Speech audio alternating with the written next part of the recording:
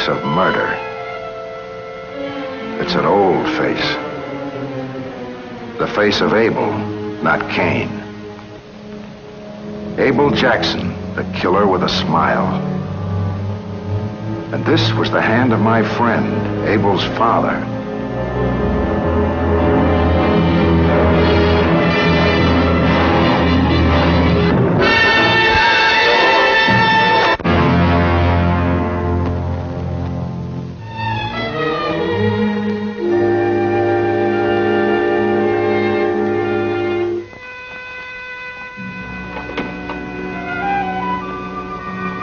Jackson was a private investigator, like me. We'd worked many cases together. And one thing we both knew, that the most baffling crime there is the one with the Judas touch.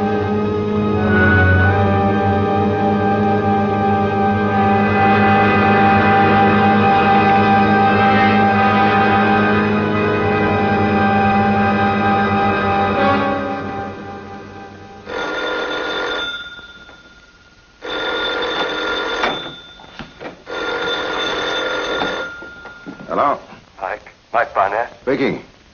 This is Abel. Abel Jackson. Mike, something's happened. Something awful. Can you come over? Please. What's wrong, kid? Isn't your dad there? It's about Dad. Somebody. Somebody what? Dad's dead, Mike. You were one of his best friends. Please. Call the police. I'll be right over. I can't. Hang on to yourself, kid. I'll call. I'll be right over.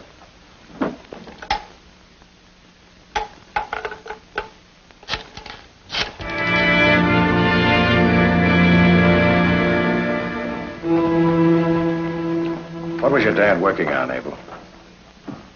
A case of blackmail, I think. He didn't talk about his work very much. Where's Julia? Who's Julia? My wife. She was having dinner with her mother tonight. Her mother's not very well. I went to a show and came home early. You and your wife live here, too? Yes, sir. Well, as soon as the doc gets here, that must be him now. Abel! Abel, are you in here? What on earth is this policeman doing in the hall? Dad! Dad! What happened? Abel! Mike! He's been killed, Julia. Killed? You mean murdered? Oh, hello, Doc. We've been expecting you. I'm sorry, Captain. I was held up by the crosstown traffic. There it is. There's no point in having the kid sit through this, Captain. How about my taking him upstairs and talking to him? Okay, Mike. I'll call you when I bring him down again. What, kids?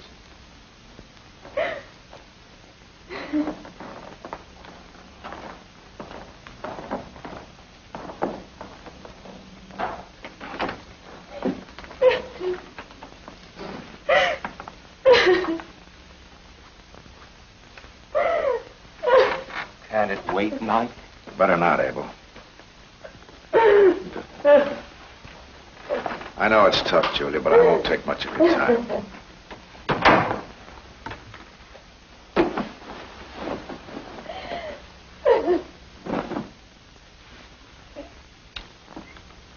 Just doesn't make sense. Griffith Jackson was too good an investigator. He didn't just sit there and let someone put a stiletto through him. Unless what, Mike? Unless it was someone he knew awfully well. An old friend, perhaps, a client. Someone he knew and trusted so much he didn't even take his hand off the book he was reading to protect himself. What was he reading? Paradise Lost. It was one of his favorites. He used to read it again and again. We've told you all we know, Mike. He was working on a blackmail case. He told us about that one night at dinner, but that's all. He was awfully close-mouthed about his work. He didn't want to violate his client's confidences. Yeah, I know. Well,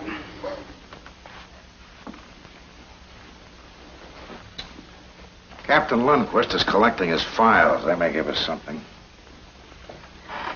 His files? Yeah. Isn't likely that the murderer's name will be there in black and white, but they may lead us somewhere. It was kind of you to help out like this, Mike. Thanks a lot. I didn't know which way to turn. It's okay. I'll keep in touch with Captain Lundquist. If he finds out anything, I want to know about it. You've gone to a lot of trouble already. They might resent your continuing on the case. Ordinarily, they might. But your dad was an old friend of mine. And besides... What? If one private detective can wake up wearing a stiletto, you figure maybe it's up to you to find out who hates private detectives so much and do something about it.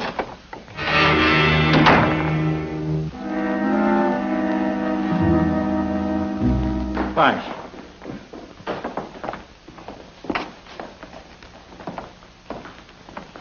Find anything, Captain? Not yet. Do me a favor, will you? Sure, if it's legal. Keep me posted. This is personal. Okay, Mike, maybe. But no state secrets. I may know more after I go through these. Anything on that? Only prints were his own. I wasn't really hopeful about it. Want to improve your mind, Mike? Don't be funny. There's no room for improvement.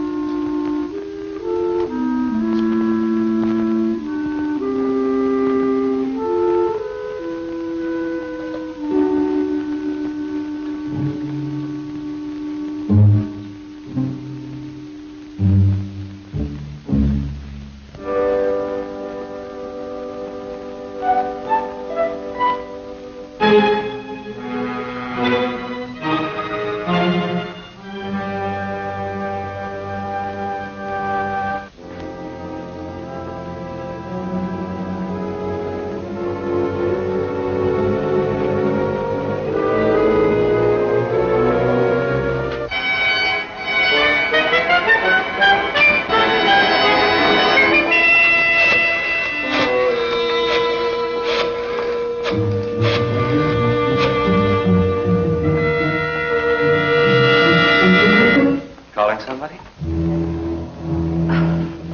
Weather. I thought I'd go for a walk. What did weather say? Oh, it's going to storm. It's too cold anyway. You been reading? Yes. I tried. I couldn't. Couldn't keep my mind on it.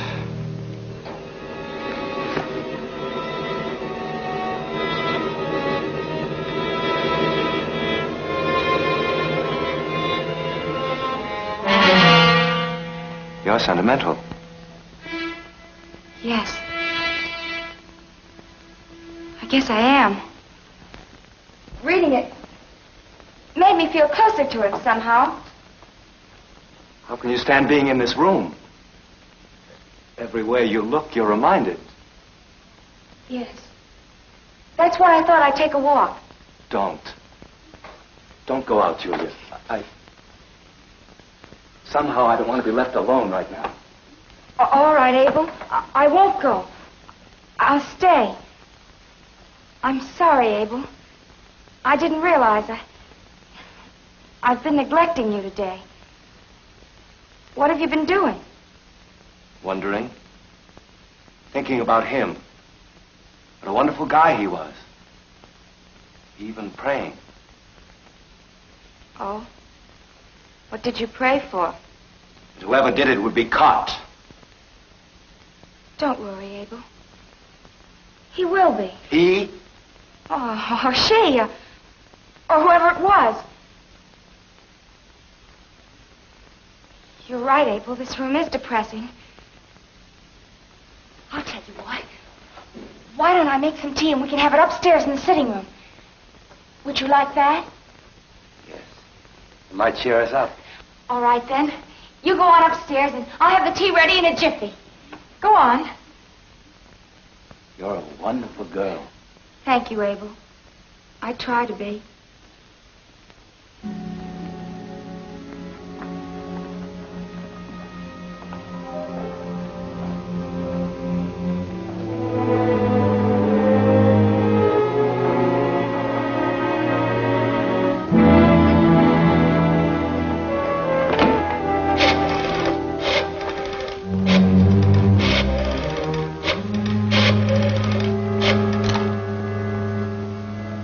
Hello, Mike. Mike, this is Julia. I've got to see you. Quickly.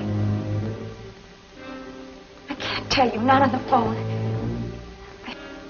I found something. Oh, no! No, don't come here. I'll come to you. I've got to get out of this house. I can't. I'll bring it with me. Goodbye.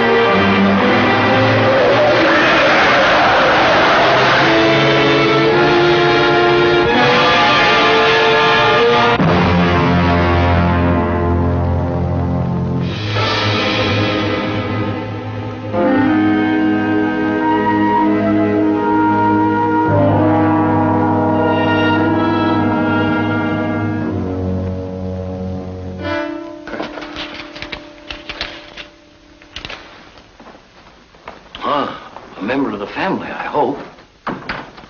Oh, Doctor, my name's Barnett, Mike Barnett. 2 T's? That's it. Well, I wasn't aware that this was a case That for... isn't necessarily. I'm an old friend of the family. How is she? Well, she's going to be all right, Mr. Barnett. Only I wouldn't care to move her for some hours. How'd she get here? Why not a hospital? Well, that's where she would be, except that some well-meaning neighbors moved her in here instead of waiting for the ambulance. The woman who owns this place had hysterics, and I had to put her under sedation. What a mess. No one else around? No one. The owner lives alone.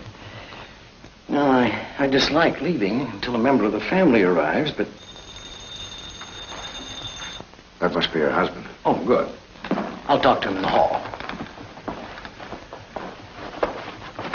Remember, no noise, Mr. Barnett. No disturbance. I'll be back later.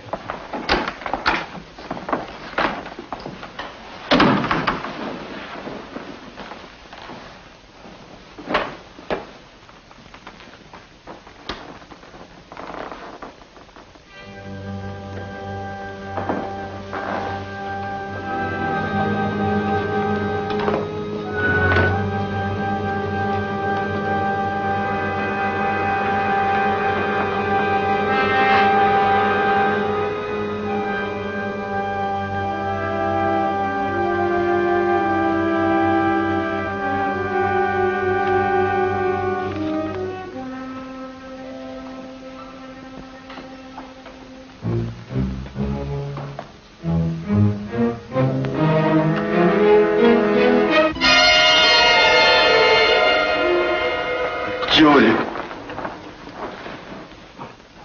Julie.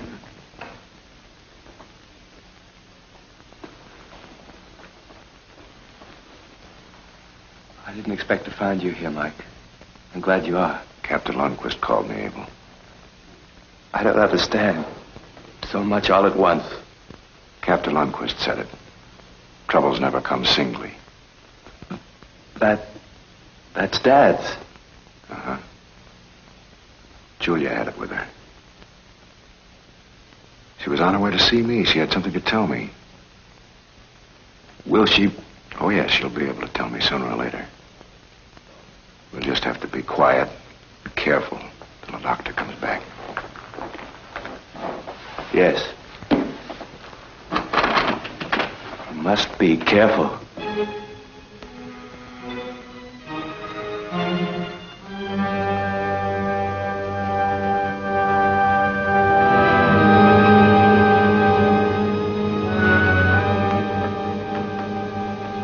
Look, Mike.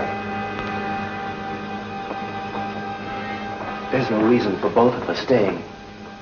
I mean, she'll be in shock and coming to here in a strange house. And, well, I'm her husband. She'd be more apt to tell me.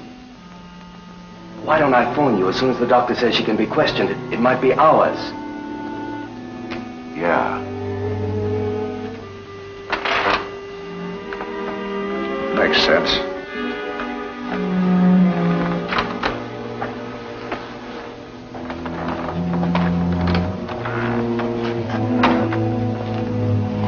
You have my number. I want you to call me as soon as she regains consciousness, understand? Of course.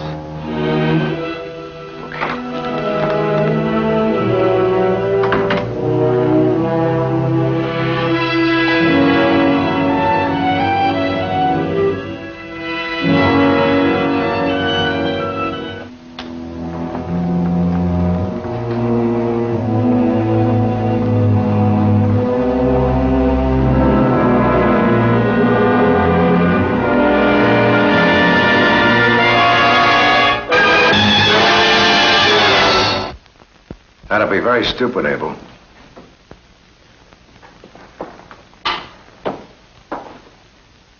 I know what she had to tell me.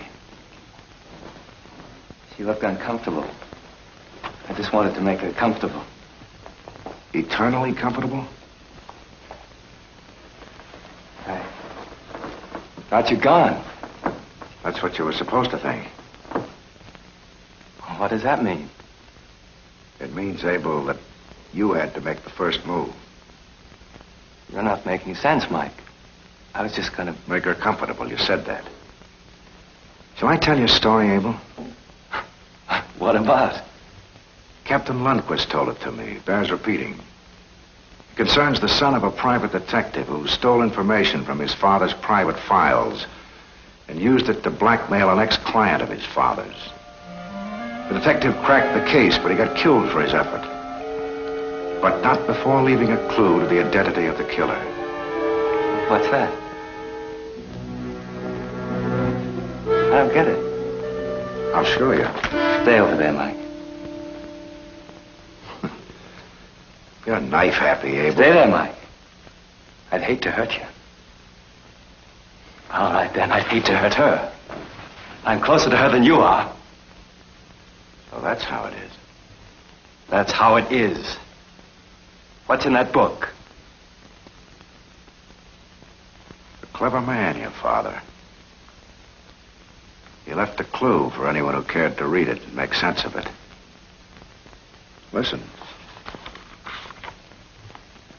Before me in opposition sits grim death, my son and foe. And in the margin the date his son and foe killed him. It's all he had time to leave. An imaginative man who knew his poetry. This is what Julia found. Is that all? That's no proof, what you just read? There's nothing that could lead back to me in a court? Of course there isn't. If there were, Captain Lundquist would be here. Nothing leads back to you except that knife in your own hand. Come on, Abel. Why did you do it? Does it matter? Does it what? It was for her.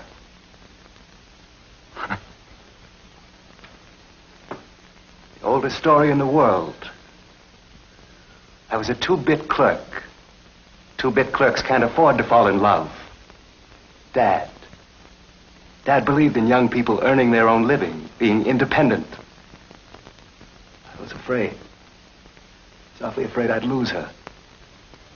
And one day, Dad left one of his files out on his desk. I glanced through it. I was kind of desperate by then. Some of the information seemed so useful. It seemed Seemed a shame to waste it. That's right. It worked for about a year. I was clever enough. When they turned the case over to Dad, I discovered that he was more clever by far. I wanted to buy her things. Nice things. I wanted to keep her close to me. I wanted to be a big man in her life. I had what I wanted for about a year. No pillow fights, Mike. Drop it.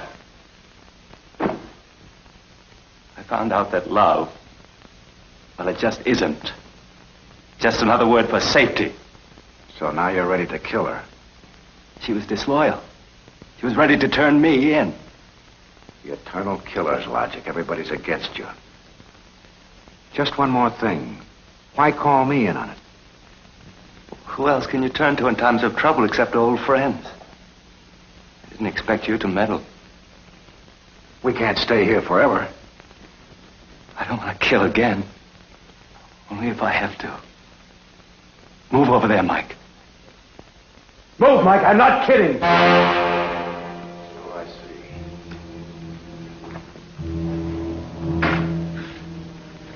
I'm going, Mike. Don't move. It's not you I'd go for. It's an awful spot to be in once you've killed. But I don't want to die. I want to live.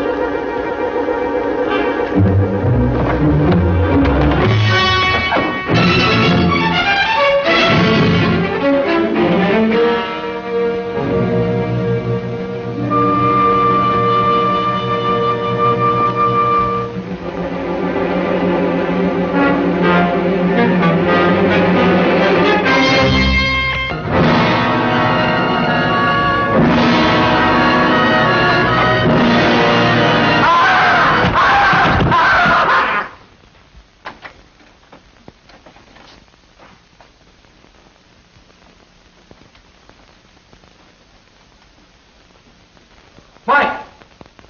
Where are you? Are you all right?